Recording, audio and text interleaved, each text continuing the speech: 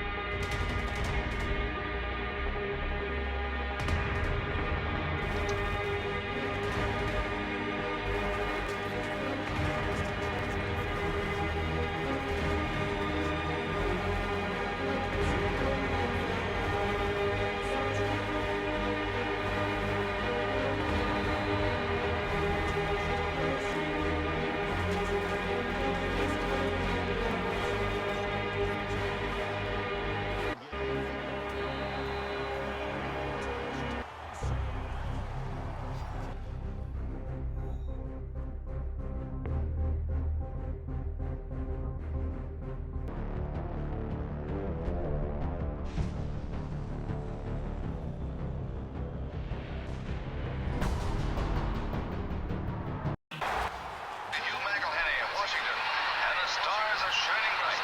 88,000 fans radiating out.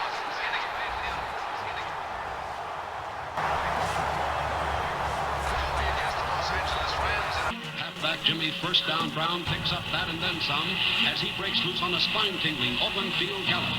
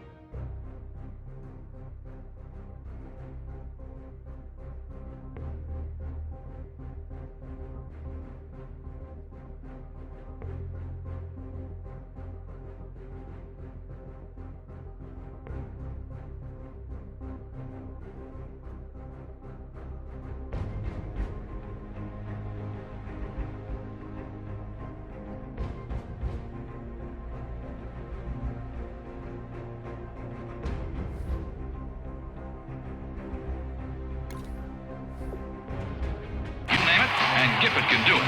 Frank Gifford kicks off. He takes the kickoff. Zoom! Gifford is off for 55 yards. Gifford's not through. He kicks that point, too. He played defense at the start of his career. Starr tries a long one. Gifford goes into the stratosphere. Gifford threw 14 touchdown passes in his career. He's a guy who defines this new position, the left halfback. So sometimes Frank Gifford was taking pitch outs. Now Gifford shows why he became the all-time giant ground gainer. And just as often, he was splitting out wide, catching passes. Now he throws dead center to Gifford. Lewis and Spencer are beaten as Gifford scores. In 1956, the versatile Gifford was voted league MVP and helped the Giants win a world championship. He was the guy that owned New York, was the best-looking guy and the best player. He was Derek Jeter before Derek Jeter. Had a lot of ads, did a lot of commercials. And all the ladies are like, ooh, Mr. Gifford. Like, NFL is not America's obsession at that point. Gifford was a huge part of turning the NFL into something close to what it is today.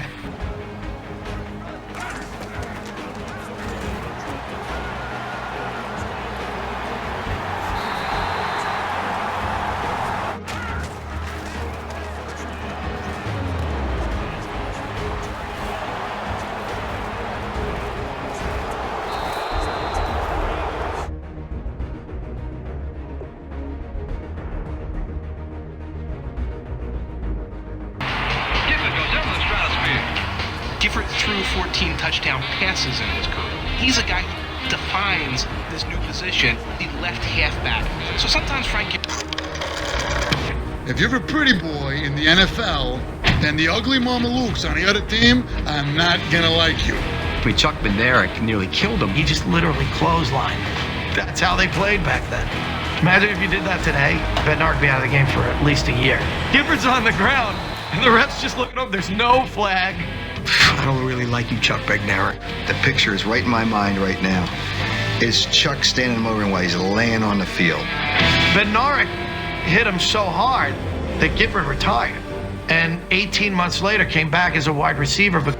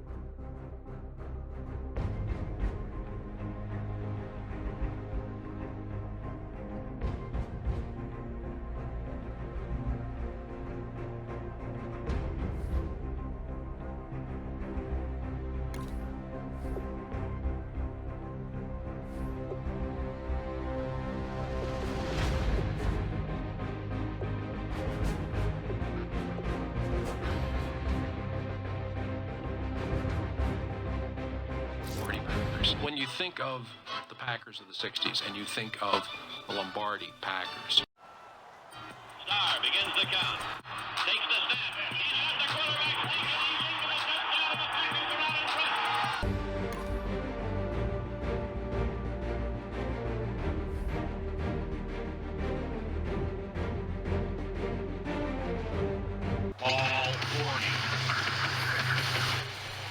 Paul Hornung was one of the most versatile football players that ever played pro football. That's the way I would like to be remembered. He could do everything. He could run the football. beautiful run by Paul Hornung. He could kick. He could throw the football because he's been a college quarterback at Notre Dame. Paul Hornung has been the man carrying the mail. Hornung scored 176 points in 12 games in 1960. He averaged almost 15 points a game. He's at the 5, cuts into the end zone for the touchdown. Hornung's scoring record stood for 46 years until LaDainian Tomlinson eclipsed the mark in a 16-game season in 2006. Charger fans are witnesses to history. He just did everything. You don't see a ball player like that today. You don't see one that has the opportunity to even try all those things. The Golden Boy was the Packers' first overall pick in 1957, but it took 2 years and a new head coach to discover his value. it wasn't that anybody doubted his skills. They were wondering, what is he going to do in the pros? So along came Vince Lombardi.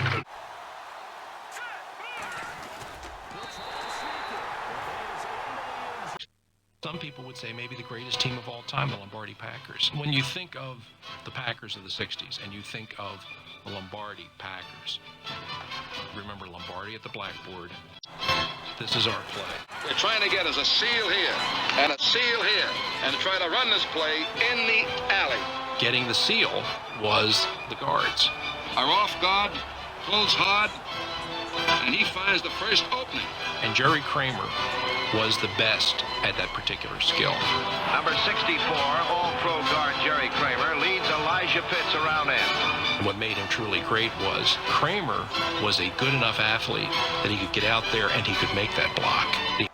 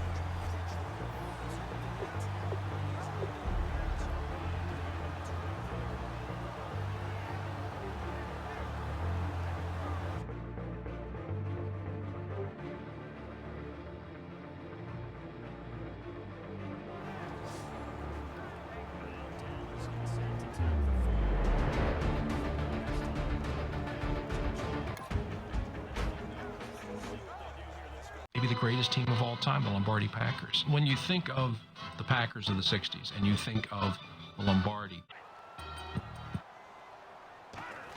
Starr begins the count.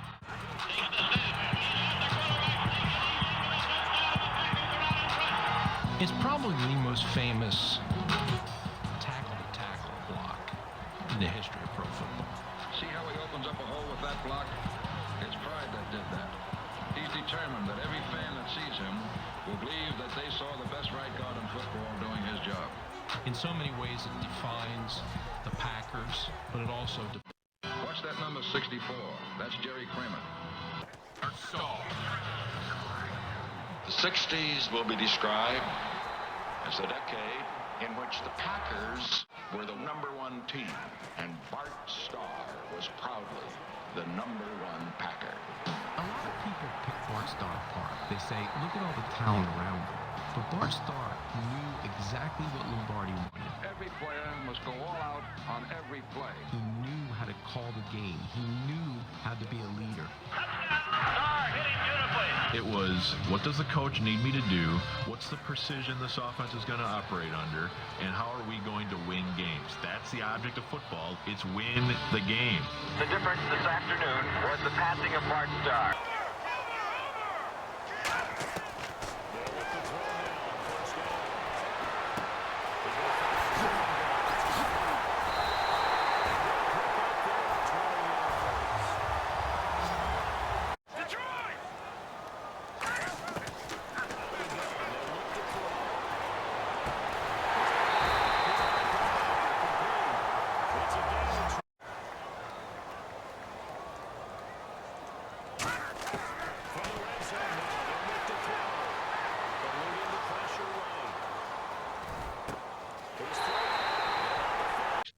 Some people would say maybe the greatest team of all time, the Lombardi Packers. When you think of the Packers of the 60s and you think of the Lombardi Packers, remember Lombardi at the blackboard.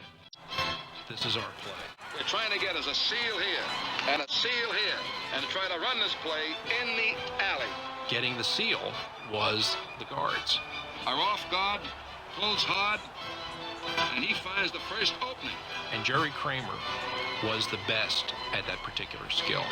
Number 64, All-Pro guard Jerry Kramer leads Elijah Pitts around end. What made him truly great was Kramer was a good enough athlete that he could get out there and he could make that block.